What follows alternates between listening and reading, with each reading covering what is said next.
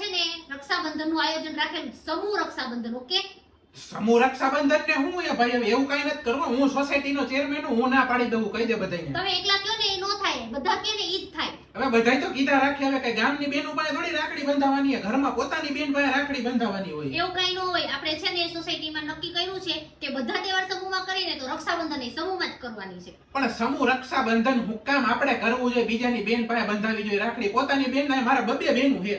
તો ભલે ને હોય 5 હોય કે 10 હોય, શું ફેર પડે ને? બેન તો બેન છે. આ તો મારી બે બહેનોને આપણે સમૂહ રક્ષાબંધનમાં સોસાયટીનું કરીને ત્યારે ત્યાં બોલાવી લે, મને બાંધી દે. હા, તો એની બોલાવી લેશું ને ઓની પાસે બંધાવી લેશું. કોની પાસે?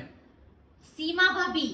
હવે સીમા ભાભી, સીમાને હું ભાભી કહું કઈ બેન માનું હું એને હું કે મને રાખડી બાંધે? બધાએ નક્કી કર્યું છે અને બધાએ એમ કહેતા હતા, મને ઓલા સુરેશભાઈ રહ્યા ને એ તો તમને બહુ સારી રીતે ઓળખે.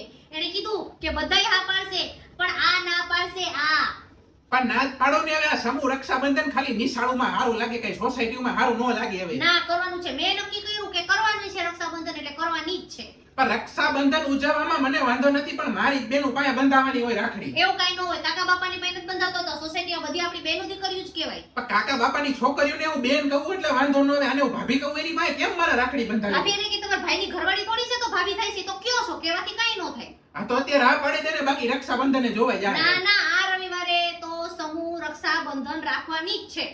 આ રાખો તો હા, બનાવો પરાણે બેનું હું વધારે. તમારે ક્યાંય જવાનું નથી તે દિવસે તો હું તમને રૂમમાં તાળું મારીને પૂરી દઈશ, એટલે તમે કઈ ભાગી ન જાઓ બહાના કરીને. આ વાંધો નહીં, બંધાવી લઈ રાખડી તું કે એની પાસે. હા, એમ હાલો, હું તૈયારી કરું.